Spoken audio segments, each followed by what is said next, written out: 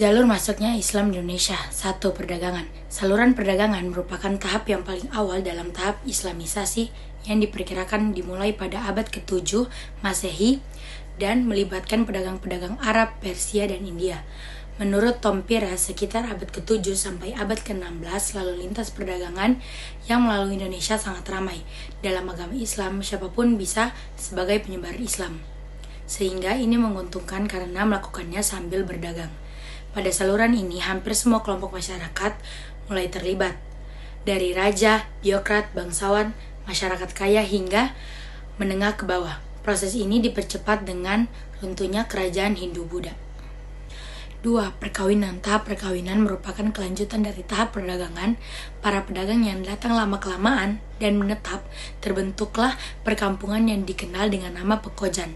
Tahap selanjutnya, para pedagang yang menetap ada yang membentuk keluarga dengan penduduk setempat dengan cara menikah. Misalnya Raden Rahmat atau Sunan Ampel dengan Nyai Manila. Mengingat pernikahan Islam dengan agama lain tidak sah, maka penduduk lokal akan dinikahi harus memeluk Islam terlebih dahulu. Penyebaran agama Islam dengan saluran ini berjalan mengingat akan adanya keluarga muslim yang menghasilkan keturunan-keturunan muslim dan mengundang ketertarikan penduduk lain untuk memeluk agama Islam. 3. Pendidikan. Penyebaran Islam melalui pendidikan pada mulanya terjadi di lingkup keluarga, hingga pada akhirnya berkembang lingkup yang lebih luas seperti surau, masjid, pesantren, hingga bangsawan. Dalam buku Atlas Wali Songo yang disusun Agus Sunyoto, pesantren merupakan salah satu wujud islamisasi sistem pendidikan lokal yang berasal dari zaman Hindu-Buddha. Melalui peran Wali Songo yang menyebarkan Islam di Pulau Jawa, sistem pendidikan lokal tersebut diakulturasikan dengan nilai Islam. Seiring waktu, proses akulturasi tersebut memunculkan sistem pendidikan Islam yang disebut dengan pesantren. Yang terakhir ada kesenian. Kebudayaan lokal ternyata dapat digunakan dengan cara menyebarkan Islam di Nusantara. Para pendakwah Islam awal di Jawa, terutama para wali songo, melakukan syiar Islam dengan cara memadukan ajaran agama dan tradisi lokal, seperti seni musik, tari, sastra, ukir, hingga bangunan. Teori masuknya Islam. Teori Gujarat India. Tokoh yang mendukung teori ini adalah para ilmuwan Belanda seperti Pisnapel dan Mokete yang mengatakan bahwa penyebaran agama Islam ke Indonesia disebabkan oleh orang-orang Arab yang sudah lama tinggal di Gujarat, India. Menurut mereka, Islam masuk ke Indonesia sejak awal abad ke-13 Masehi bersama dengan hubungan dagang yang terjalin antara masyarakat Nusantara dengan para pedagang Gujarat yang datang dengan jalur Indonesia sampai Timur Tengah, Eropa. Bukti dari teori tentang masuknya Islam di Indonesia didukung oleh beberapa bukti.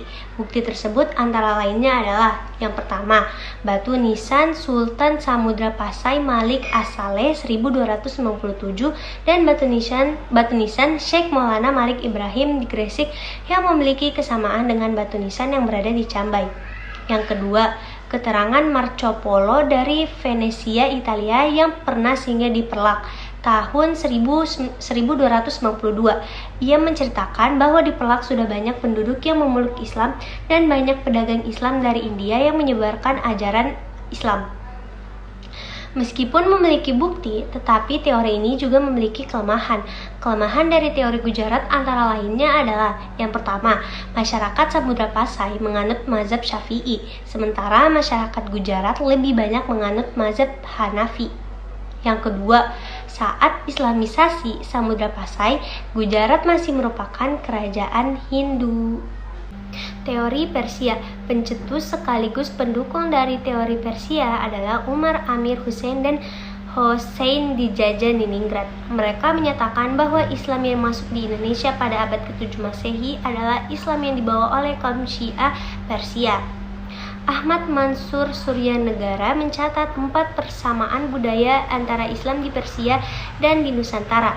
Keempat hal tersebut ialah: yang pertama, peringatan tentang 10 Muharram atau Asyura atas meninggalnya Hasan dan Hussein, cucu Nabi Muhammad yang sangat dijunjung oleh orang Syiah atau Islam Iran. Yang kedua, adanya persamaan antara ajaran Al-Hallaj, tokoh Sufi Iran, dengan ajaran Sheikh Siti Jenar. Yang ketiga, bersamaan dalam sistem mengajar huruf Arab bagi pengajian Al-Quran tingkat awal. Selain itu, huruf Sin yang tidak bergigi berasal dari Persia, sedangkan Sin yang bergigi berasal dari Arab. Yang keempat, adanya persamaan batu nisan yang ada di makam Malik Al-Sali 1297 Masehi dipasai dengan makam Maulana Malik Ibrahim 1419 Masehi di Gresik yang dipesan dari Gujarat. Kelemahan dari teori ini ialah apabila dikatakan bahwa Islam masuk pada abad ke-7, maka kekuasaan Islam di Timur Tengah masih dalam genggaman Khalifah Umayyah yang berada di Damaskus, Baghdad, Mekah, dan Madinah, sehingga tidak memungkinkan bagi ulama Persia untuk menyokong penyebaran Islam secara besar ke Nusantara. Teori Mekah pertama kali dicetuskan oleh sosok yang sangat kita kenal, yaitu Haji Abdul Malik Karim Amrullah atau yang lebih akrab disapa Buya Hamka. Menurut Buya Hamka, masuknya Islam ke Indonesia berawal dari para pedagang para pedagang asal Mekah. Pandangan ini turut menyatakan bahwa Buya Hamka tidak sepakat dengan teori Gujarat. Lebih lanjut lagi, Buya Hamka menyebutkan bahwa masyarakat Arab Saudi datang ke Indonesia untuk menyebarkan agama Islam pada abad ke-7, lalu diikuti oleh bangsa Persia dan Gujarat. Teori Mekah dikuatkan oleh hadirnya teori Arab, bahwa masuknya Islam ke Indonesia dibawa oleh para pedagang. Teori ini turut didukung oleh banyak tokoh seperti H. Jones, Van Leeuwen, T.W. Arnold, M. Yunus Jamil, Al-Attas, Kaiser, hingga Crawford. Masa berdirinya Kerajaan Palu. Sebelum berdiri sendirinya, Palu merupakan daerah yang dikuasai oleh Kerajaan Goa sejak era tahun 1666. Kemudian pada tahun 1796 Palu mulai mendirikan kerajaannya sendiri yang dimana bersistem monarki. Ibu kota yang dimiliki Kerajaan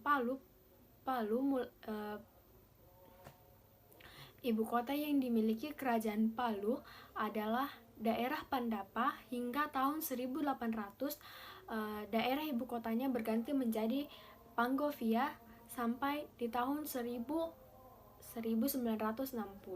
tepat di mana Kerajaan Palu mulai dilengsarkan. Kemudian daerah Palu atau Lembah Palu menjadi bagian dari negara Indonesia yang telah merdeka tahun 1945. Terlihat dari susunan pemerintahan kerajaan saat itu, dapat dikatakan bahwa Kerajaan Palu sudah sangat matang, sehingga rakyat memaksa dan mendesak Magau Puengari untuk memisahkan diri dari Kerajaan Goa agar masyarakat tidak perlu lagi membayar upeti kepada kerajaan lain. Nah, pada saat yang sama, datanglah seorang tokoh yang bernama Abdullah Raki atau lebih sering dikenal dengan nama Dato Karamah, datang ke daerah Lembah Palu, yang dimana tujuannya adalah untuk menyebarkan agama Islam di Lembah Palu, dimana ketika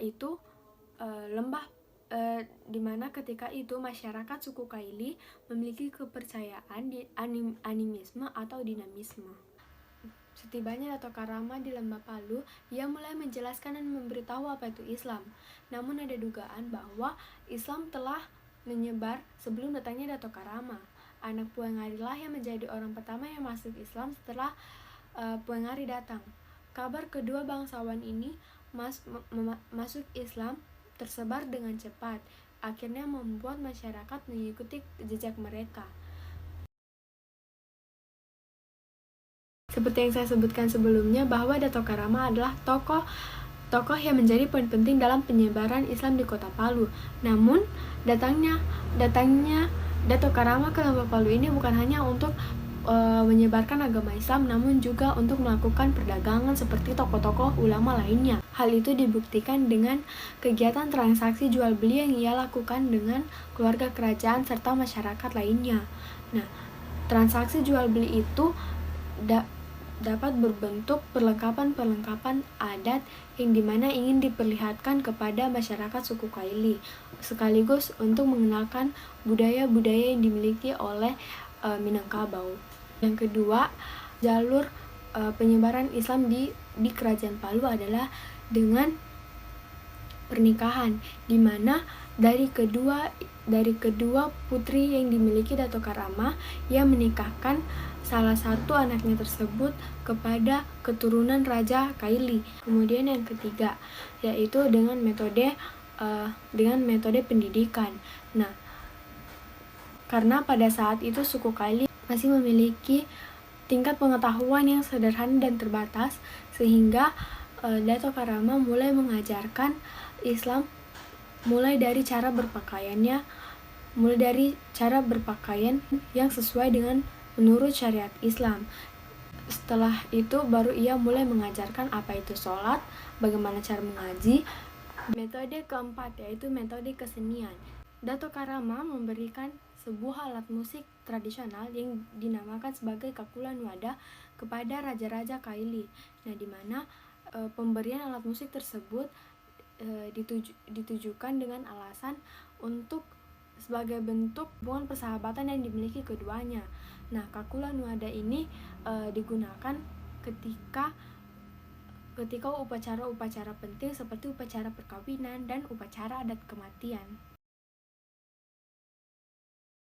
Dalam sebuah teks biografi tokoh ulama terkenal, yaitu Syekh Burhanuddin, disebutkan bahwa ketika ia masih belia, ia pernah bertemu dengan Syekh Madinah yang mana merupakan seorang tokoh penyebar Islam sekaligus pedagang tua berbangsa Arab. Nah, jika dikaitkan dengan tahun sebelum kedatangannya Dato Karama di tahun 1645, dapat kita duga bahwa Dato Karama sempat berguru dengan Syekh Madinah, karena pada masa tersebut adalah masa Syekh Madinah sudah melakukan kedatangannya dan melakukan penyebaran agama Islam di Minangkabau saat itu. Tak hanya sampai situ, setelah 3 tahun berguru kepada Syekh Madinah, Syekh Burhanuddin mendapatkan amanah untuk pergi menemui seorang ulama dan tokoh penyebar Islam besar lainnya di Aceh. Nah, dalam perjalanannya tersebut, ia bertemu dengan 4 tokoh penyebar Islam di Sulawesi. Salah satunya adalah Dato Kritiro, penyebar Islam di Sulawesi Selatan, dan Dato Karama, penyebar Islam di Sulawesi Tengah. Baik keduanya membawa ajaran Tarikat Syataria, yang dimana ajaran Tarikat Syataria itu diduga berasal dari ajaran dari Syekh Abdurrahman. Peninggalan kerajaan Palu ini contohnya adalah Sauraja, di mana Sauraja ini adalah tempat tinggalnya raja-raja di zaman dahulu. Nah, walaupun Sauraja ini sudah tidak ditinggali, tetapi sampai sekarang Sauraja dijadikan cagar budaya dan dirawat hingga sekarang. Nah, di dalamnya itu masih terdapat barang-barang asli seperti contohnya mesin jahit dan beberapa barang antik peninggalan lainnya. Peninggalan kerajaan dalam corak Islam itu seperti Masjid Jami, walaupun tidak dibangun oleh raja, tetapi Masjid Jami merupakan sebuah bentuk peninggalan dalam penyebaran Islam di Lembah Palu ini, di mana Masjid Jami ini merupakan tempat surau yang dibangun oleh Dato Karama sendiri. Kemudian seperti yang saya bilang tadi, Kakulan Wada itu sekarang telah dijadikan sebagai alat musik tradisional yang dimiliki suku Kaili dan dirawat hingga sekarang. Audio Jungle.